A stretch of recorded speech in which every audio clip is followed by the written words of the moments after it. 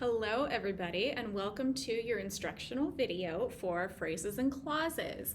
You should have this note sheet open and we will fill in the answers together as we go through the lesson. Let's begin. We'll start with phrases. A phrase is only part of a sentence and will never be a whole sentence. So we can simply define a phrase as a group of words. It's a group of words that will never ever be a sentence, and that's your first blank. Let's write it in.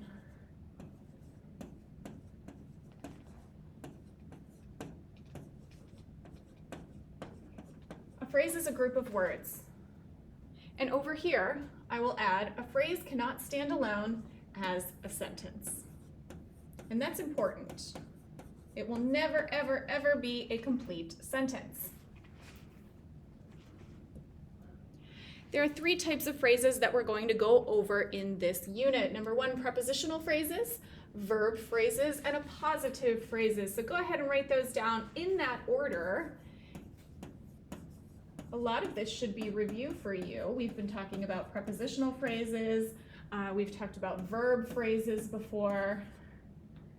And I will teach you what an appositive phrase is. So what do phrases have in common? They do not contain verbs unless, of course, it's a verb phrase. They do not stand alone as sentences. I cannot stress that enough. That's what makes something a phrase, the fact that it's a group of words, but it's not a complete sentence. So let's break these down. We'll go into each one. First, a prepositional phrase. Let's start there. A prepositional phrase starts with a preposition and ends with a noun. Write that down. That's your next blank in the top blue box. A prepositional phrase starts with a preposition, aboard, about, above, across, against, along, around, and it ends with a noun. We call that noun the object of the preposition. That noun that comes after is the object of the preposition. So the instructions tell us label the subject and verb and cross out prepositional phrases. Number one, the puck sailed past the defender and over the crossbar. In this sentence, the puck is my subject. Sailed is the action verb.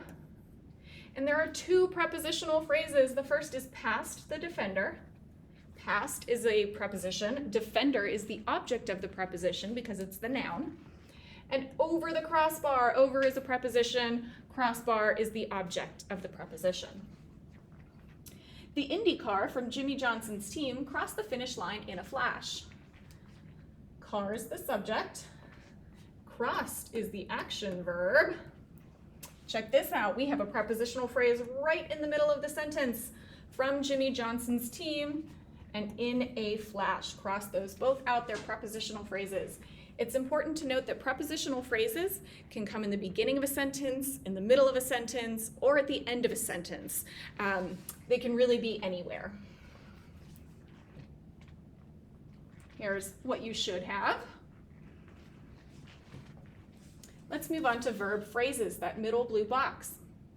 You've learned about three different kinds of verbs, and it's important to know each of these verbs. Go ahead and write them down. They are linking, helping, and action verbs.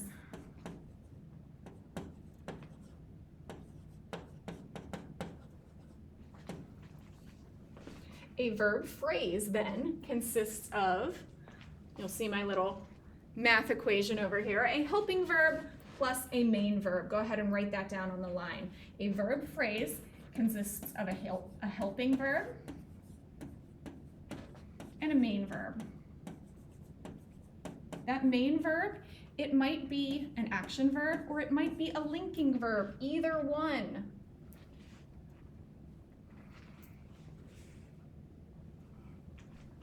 For instance, if I said, is sleeping, is a helping verb, sleeping is an action verb. Has been sleeping, we have two helping verbs, has and been. Sleeping is your action verb or your main verb. Or we can simply have will be, the test will be tomorrow. Be is the main verb, even though it's a linking verb, and will is its helper. Moving on to the last one, an appositive phrase is a noun that renames the noun right next to it. That's what I want you to write down. An appositive phrase is a noun that renames the noun right next to it.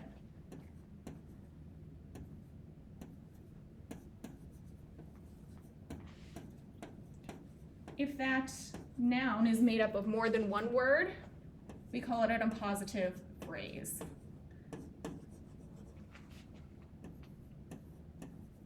It's a noun that renames the noun next to it. It's like giving us more information about that noun. Circle the phrases, then identify the types. Oh, we're not ready for that yet. Let's look at these notes over here on my slideshow. Let's talk a little bit more about appositives. If I said, Deanna, my neighbor, made me cupcakes. My neighbor is a noun phrase that renames Deanna, the noun right next to it. Therefore, my neighbor is your appositive phrase. My friend Laura went to Starbucks with me. Laura is a noun that renames the noun right next to it, friend. Laura is the appositive. Jason, my husband's cousin, is adopting his foster child. Once again, my husband's cousin renames the noun right next to it, Jason. That's all on appositive phrases. So it sounds big and fancy, but it's really not that complicated. So now let's go and practice these verb phrases. Letter A, Josie, the girl with the red hair, likes bread. In this case, the girl with the red hair is a noun phrase that renames the noun Josie right next to it. This is an appositive. It's giving us more information about Josie. It's an appositive. Shaggy drives around the block in a flowered van. Around the block is a phrase, and in a flowered van is a phrase. You'll recognize the words around and in as prepositional phrases. These are prepositional phrases. You can have one, you can have two, you can have five, or you can have none in a sentence. Letter C. Scooby has been looking for Scooby snacks during the entire show. Check this out. Has been looking. We have helping verb, action verb. That's a verb phrase. And then we have during the entire show. During is, of course, a prepositional phrase. We have two phrases in that sentence. So, a final word on phrases before we move on. Since there are no verbs in phrases, phrases cannot stand on their own. That's what makes them phrases, right? All right, go to the next page and we'll take a look at clauses. We have two kinds of clauses.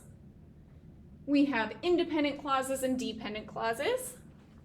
Let's talk about those. So what makes a clause a clause? That's your first box up here. A clause contains a verb or verb phrase and often a subject.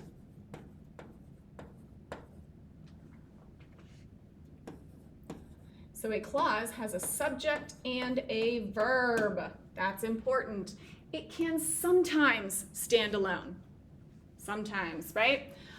So a clause has a subject and a verb and can sometimes stand alone. A phrase can never stand alone. Check out our little chart here. We're going to fill this in together. An independent clause can stand alone because it's independent. A dependent clause cannot stand alone. It's dependent, and we'll talk about what that means. I went to the game is an example of an independent clause that can stand alone on its own, and it makes perfect sense. Because I went to the game is a dependent clause, also known as a fragment. I made cupcakes. Once again, an independent clause that can stand alone. When I made cupcakes, dependent clause, right? And we're going to talk about these words. They're called subordinating conjunctions or relative pronouns. You don't need to know that just yet, but that's what makes these clauses dependent. All right, the independent clause can stand alone. It forms a complete thought. It has a subject, it has a verb, it's a complete thought. Elizabeth I was the second daughter of King Henry. Elizabeth I is the subject. Was is the linking verb. The second daughter is a predicate nominative, and here we have of King Henry VIII.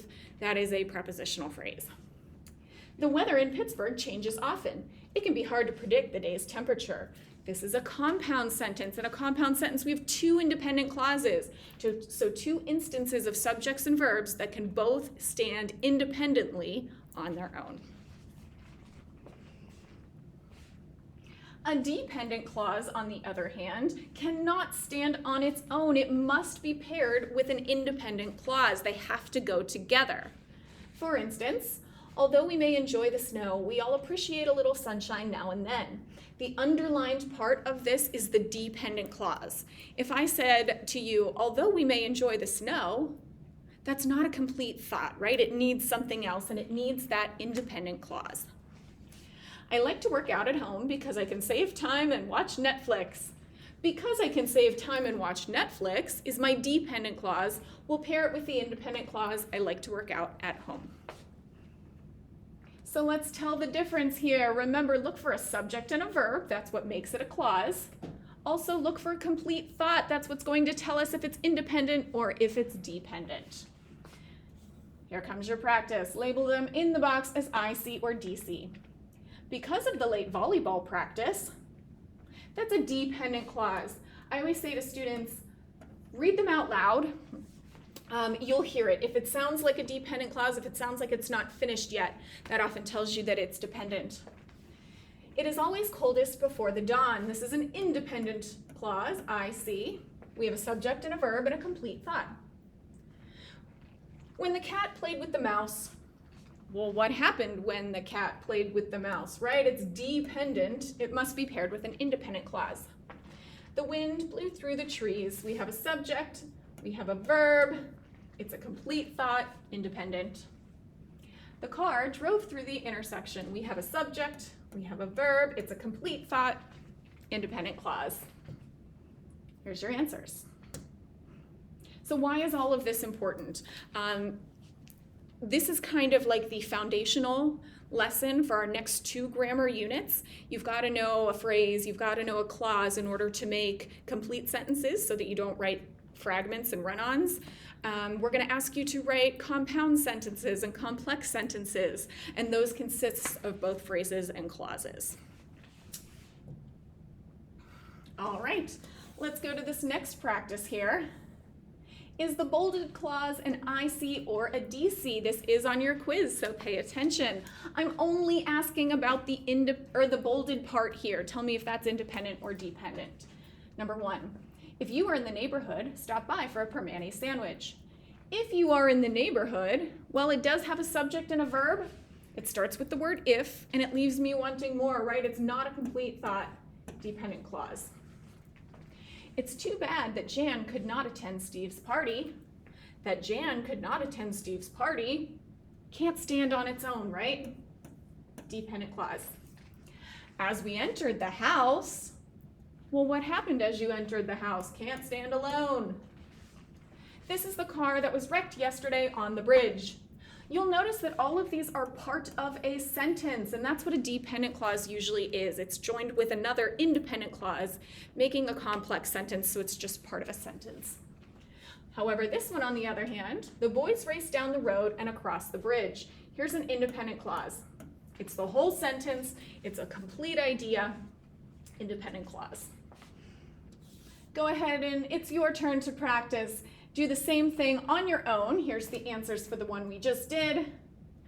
You can pause the video here, fill out the answers here, and when you're ready, I'll give you the next set of answers.